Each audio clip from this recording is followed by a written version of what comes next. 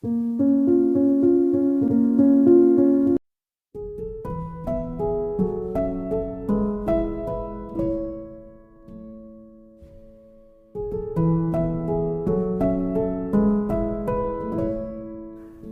ini berjudul Chef. Saya sendiri udah 3 kali nonton film ini berulang-ulang karena sangat inspiratif banget. Dan bagi kalian yang suka masak atau mungkin suka nonton film MasterChef Indonesia, mungkin kalian juga bakalan suka banget sama film yang satu ini. Oke, tokoh utama dari film ini bernama Chef Carl Casper. Dia adalah seorang chef yang terkenal dan sudah bekerja di sebuah restoran yang terkenal selama 10 tahun lebih, dan hampir semua orang tahu nama Carl ini karena masakannya yang terkenal sangat enak. Bisa dibilang seluruh hidupnya dia gunakan di dapur bersama 2 orang asisten kokinya yang bernama Martin dan Tony. Mereka berdua adalah rekan dapur yang sangat setia nih guys sama si Carl ini. Dan karena seluruh hidupnya dia habisin di dapur, maka dia kehilangan hal penting lain di hidupnya nih guys, yaitu keluarganya, anaknya, istrinya, dan bahkan kebahagiaan dirinya sendiri. Carl udah bercerai sama istrinya dan dia nggak kenal dekat sama anaknya sendiri. Dan bahkan Carl pun nggak tahu apa yang sebenarnya bisa ngebuat dia bahagia. Dan singkat cerita, malam itu akan ada seorang kritikus makanan dari sebuah media yang terkenal bakalan datang dan akan ngekritik menu dan masakan di restoran tempat Carl kerja. Carl udah nyiapin semuanya dan dia udah yakin sama menu barunya yang super enak. Tapi pas di tengah persiapan, si owner restoran yang bernama Riva datang ke dapur dan nyuruh Carl buat nggak ngubah menu makanannya malam ini. Dan nyuruh Carl tetap masak menu yang sama dengan yang tiap hari disajiin di restoran. Karena owner restoran itu nganggep bahwa itulah menu yang terkenal di restoran itu. Tapi Carl beda pendapat nih guys. Dia ngerasa kalau menu itu udah 10 tahun lebih setiap harinya dihidangin di restoran itu, dan si kritikus makanan itu juga udah pernah nyicipin menu itu sebelumnya. Jadi Carl ngerasa harus ngebuat sesuatu yang baru, yang berbeda dari yang sebelumnya. Dan tentunya di malam sebelumnya si Carl udah nyoba dan berhasil ngebuat menu yang enak banget. Tapi debat antara Carl sebagai chef dan Riva sebagai owner restoran itu berakhir dengan tetap keputusan ada di tangan Riva sebagai owner. Dan Carl malam itu harus tetap sajiin menu makanan yang sama. Singkat cerita, datanglah si kritikus makanan itu yang bernama Ramsay. Nama lengkapnya Ramsay Michel, kita panggil aja Ramsay, dan dia nyobain makanannya. Kemudian Ramsay itu nulis di berbagai medianya seperti website, blog, Twitter, dan media-media kuliner lain bahwa makanan yang dimasak sama Carl malam itu nggak enak.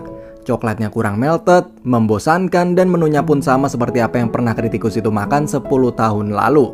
Membaca tulisan si Ramsay itu, Carl pun langsung down karena seluruh hidupnya dia dedikasiin sebagai chef, tapi ternyata masakannya mengecewakan. Lalu Chef Carl itu nggak tidur dan nggak pulang, dan ngabisin waktunya semalaman buat masak dan nyoba buat masakan baru seenak mungkin. Tanpa terasa waktu udah pagi, dan Martin sama Tony yaitu asisten kokinya yang baru datang ke dapur pun langsung nyobain masakan baru Chef Carl itu. Dan pada kaget semua karena enak banget. Kedua asisten Carl itu bilang kalau kritikan dari si kritikus makanan yang kemarin itu jadi trending topik di Twitter sekarang. Tapi karena Chef Carl nggak punya Twitter dan nggak tahu apa itu Twitter, maka dia jadi cuek. Lalu waktu malam setelah pulang kerja, Carl di rumah bareng anaknya nih guys. Dan Carl lalu minta ke anaknya buat dibuatin akun Twitter dan diajarin cara ngegunainnya. Lalu pas baru buka Twitter, mereka berdua pun kaget karena ternyata banyak banget komentar tentang masakannya si Chef Carl itu di artikel yang ditulis kritikus makanan si Ramsay itu. Banyak yang komentar jelek dan ngehina si Carl juga. Akhirnya Chef Carl pun nantang si Ramsay itu buat datang lagi malam ini ke restorannya dan dia bakal masakin masakan terenaknya. Alhasil di Twitter pun rame yang retweet nih guys, dan jadi trending topik. Akhirnya restoran pun malamnya penuh banget, banyak yang pesan meja.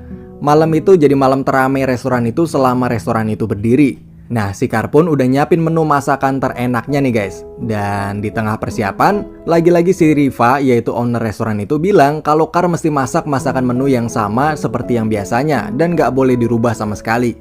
Carl pun kaget karena semua orang yang datang di restoran malam itu karena pertandingan dia dan Ramsay, tapi justru dia gak boleh masak masakannya sendiri. Cekcok pun terjadi dan puncaknya Carl keluar dari dapur dan berhenti kerja. Tapi pas Carl ngajak 2 asistennya yang selalu setia itu, yaitu si Tony dan Martin buat keluar juga, sayangnya 2 orang yang paling setia sama Carl selama ini pun milih untuk tetap stay di restoran. Dan akhirnya Carl pun keluar sendirian. Datanglah si Ramsay yang udah siap buat nyobain masakan barunya si Carl, tapi justru dia disajiin masakan yang sama kayak kemarin dan dia nggak ngeliat Carl sama sekali di dapur. Akhirnya si Ramsey itu nulis di Twitter kalau Carr itu takut bertanding sama dia dan pengecut lah intinya gitu. Nah pas Carr baru sampai rumah dan dia baca Twitternya si Ramsey itu, akhirnya Carr pun emosi dan balik lagi ke restoran serta marah-marah di sana dan ngebuat kekacauan di restoran. Ada banyak pengunjung yang ngerekam hal itu dan videonya viral dan nama baik Carr pun hancur. Setelah keluar dari restoran itu, dia nggak dapet tawaran kerja sama sekali dari restoran manapun dan dia pun nganggur sekarang.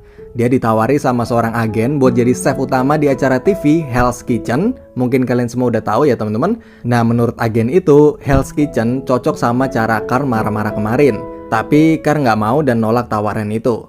Carr pun juga ditawari sama mantan istrinya buat buka food truck, juga nggak mau. Intinya dia cuma mau kerja di restoran aja dan nggak mau di tempat lain. Oh ya, mantan istrinya itu namanya Ines dan anaknya itu namanya Percy ya guys. Oke, singkat cerita Ines dan Percy mau ke Miami atau Miami.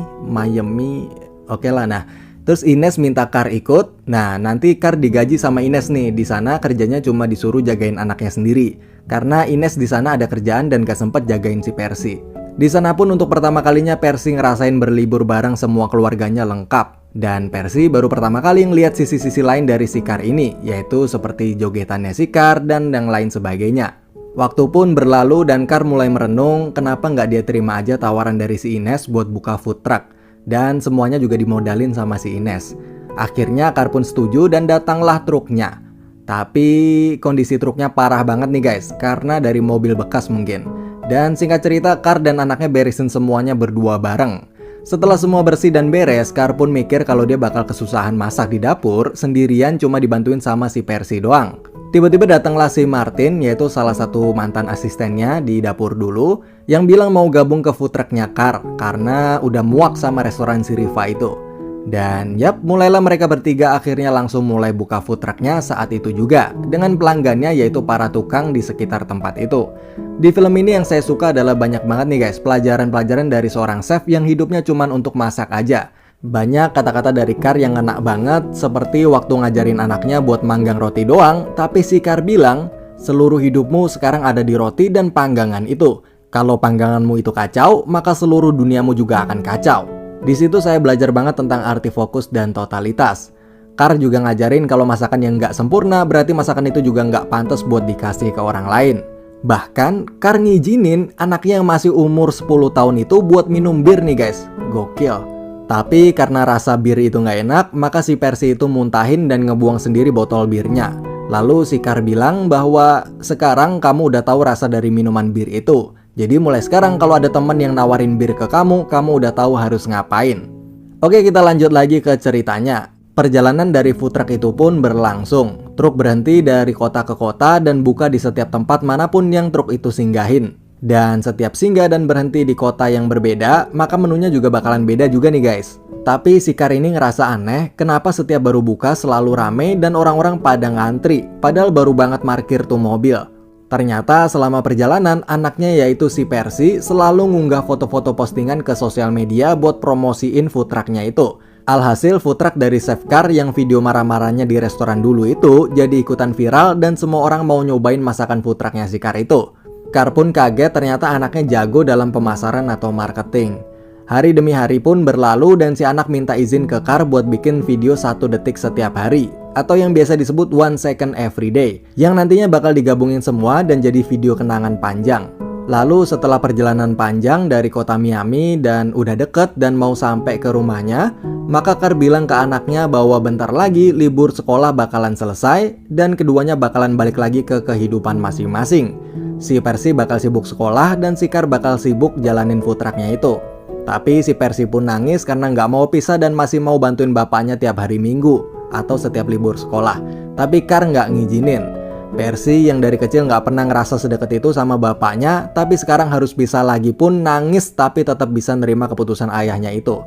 Nah, pas sudah sampai rumah dan udah pisah, Carr pun ngerenung dan ngerasa kesepian lagi setelah berpisah sama anaknya itu. Lalu nggak lama anaknya ngirimin ke emailnya si Carr hasil video dari 1 second every day-nya itu.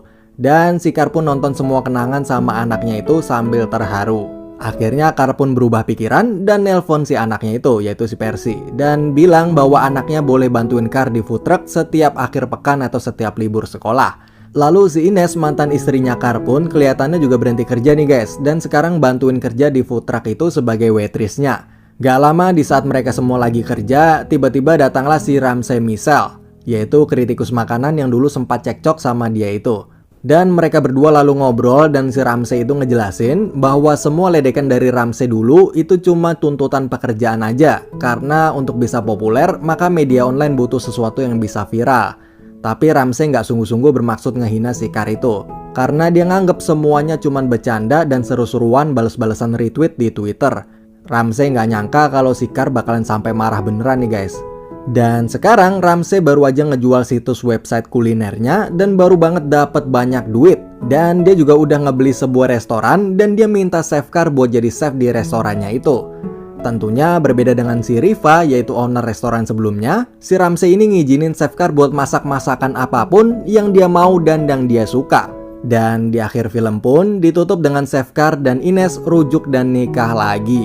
Akhirnya Kar, Ines, dan Percy mereka bertiga pun bisa hidup bahagia bersama lagi.